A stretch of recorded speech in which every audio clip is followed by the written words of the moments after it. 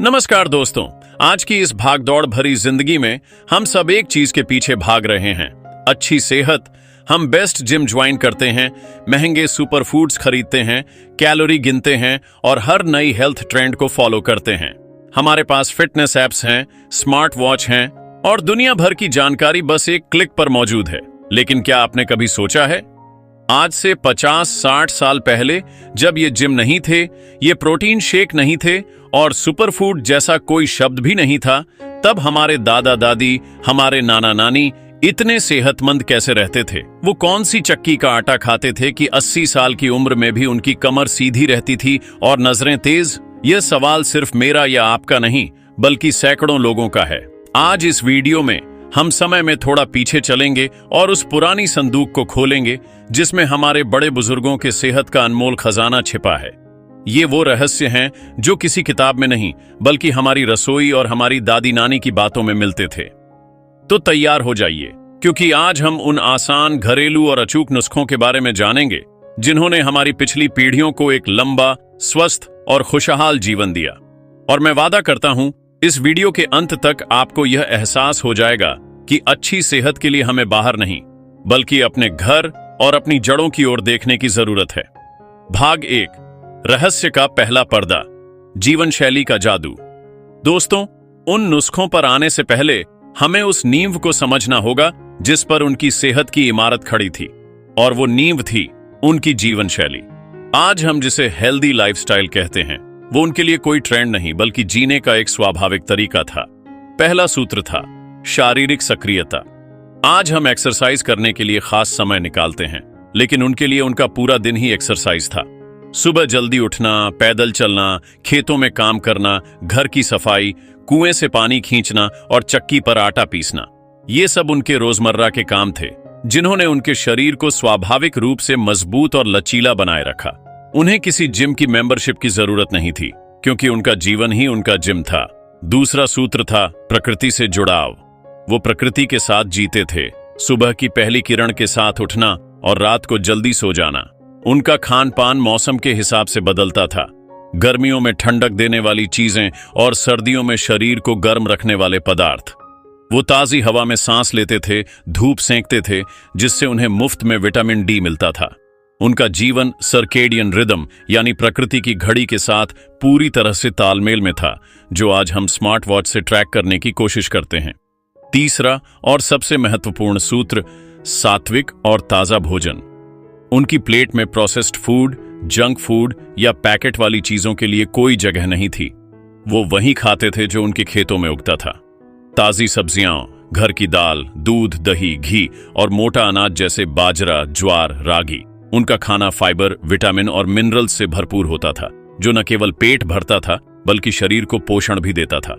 खाना पकाने के तरीके भी सरल थे, जिससे भोजन के पोषक तत्व नष्ट नहीं होते थे। तो इन 3 सूत्रों ने मिलकर एक ऐसी मजबूत ढाल तैयार की थी, जो छोटी मोटी बीमारियों को तो पास भी नहीं फटकने देती थी।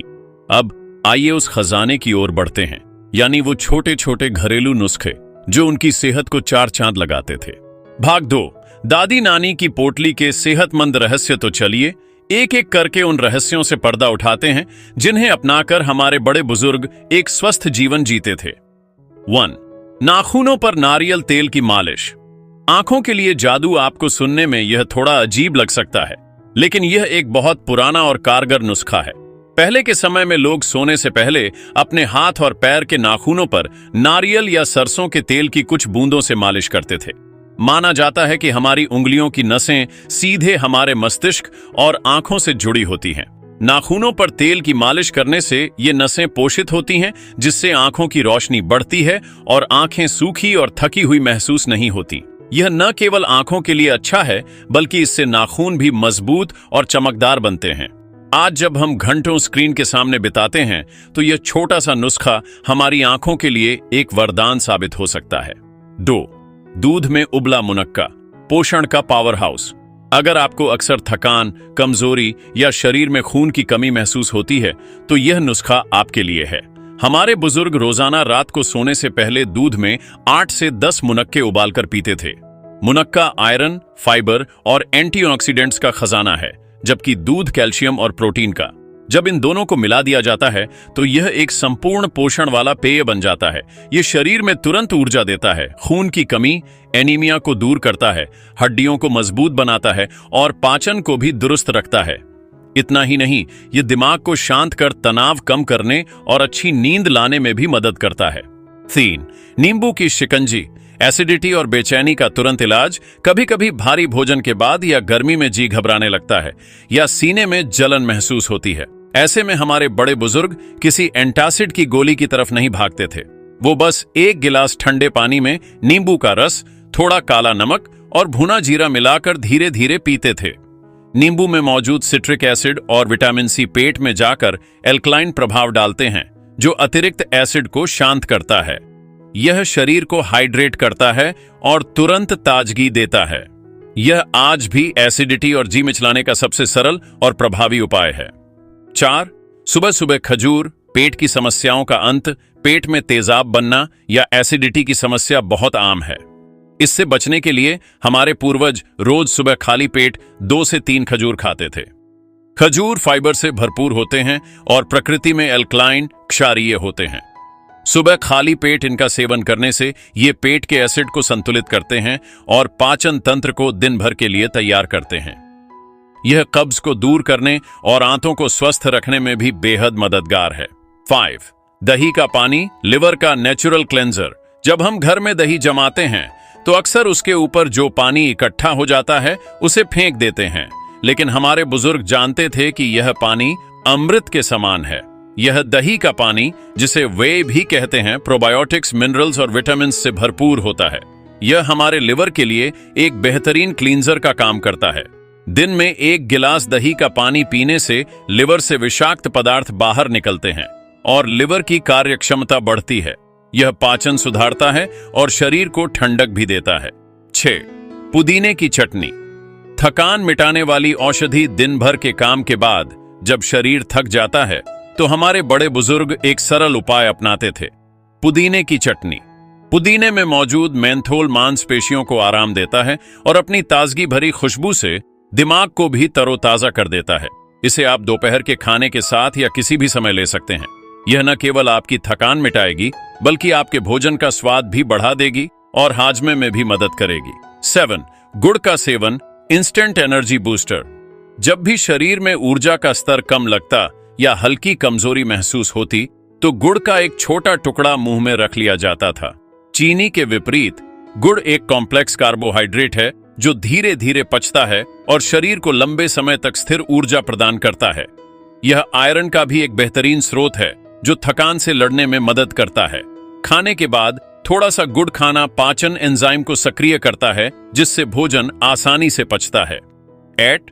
भुना चुकंदर। सांस फूलने का रामबाण इलाज। थोड़ा सा चलने या सीढ़ियां चढ़ने पर अगर आपकी सांस फूलती है तो यह शरीर में आयरन की कमी या कमजोरी का संकेत हो सकता है। इसके लिए हमारे बुजुर्ग भुने हुए चुकंदर पर हल्का सा नमक लगाकर खाते थे। चुकंदर नाइट्रेट्स और आयरन से भरपूर होता है, जो रक्त वाहिकाओं को चौड़ा कर ब्लड सर्कुलेशन को बेहतर बनाता है और हीमोग्लोबिन के स्तर को बढ़ाता है। इससे शरीर में ऑक्सीजन का प्रवाह बढ़ता है और सांस फूलने की समस्या में आराम मिलता है। 9. धनिया का रस। मुंह के छालों का प्राकृतिक इलाज। मुंह में छाले हो जाएं तो खाना पीना मुश्किल हो जाता है। इसके लिए हमारे पूर्वज ताजे हरे धनिये की पत्तियों को पीसकर उसका रस निकालते थे और उसे सीधे छालों पर लगाते थे।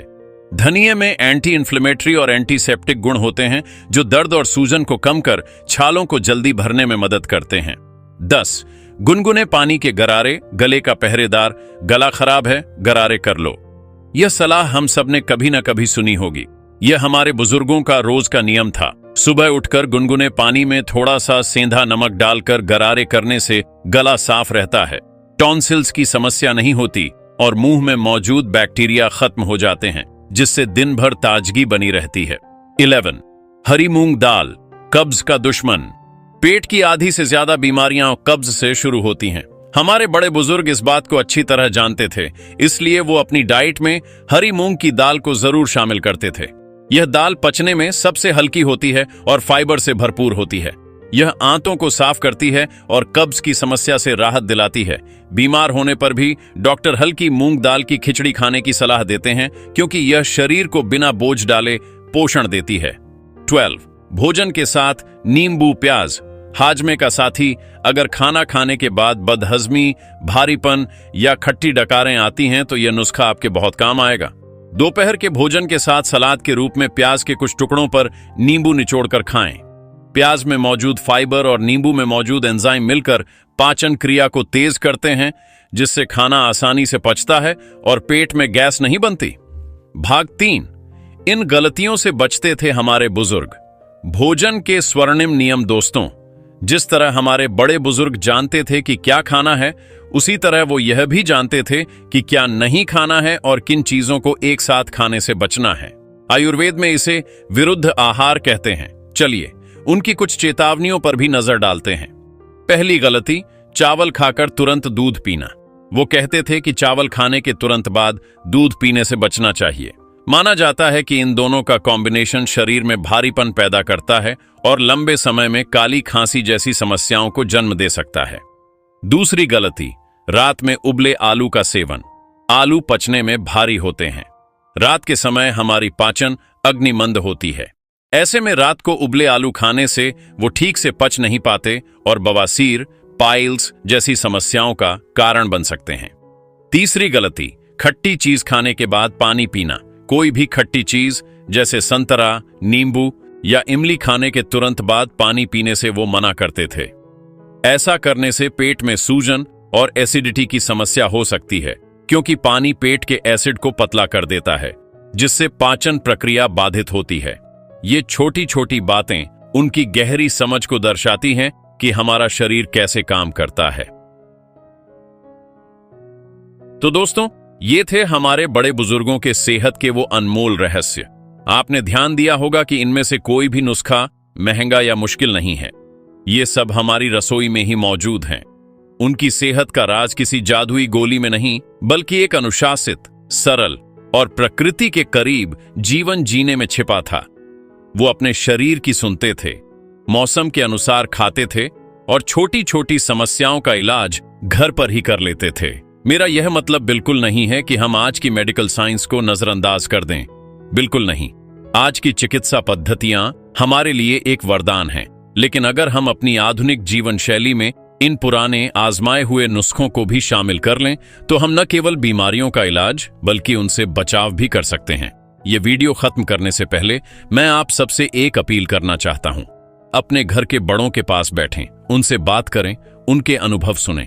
उनके पास ज्ञान का वो भंडार है जो आपको किसी गूगल सर्च पर नहीं मिलेगा। आपको यह जानकारी कैसी लगी हमें कमेंट सेक्शन में जरूर बताएं।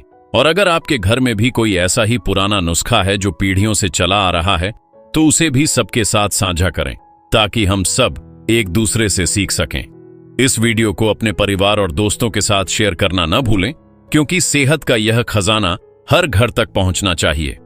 चैनल को सब्सक्राइब करें ताकि आप ऐसी ही महत्वपूर्ण जानकारियों से जुड़े रहें। अगले वीडियो तक अपना और अपनों का ख्याल रखें। नमस्ते।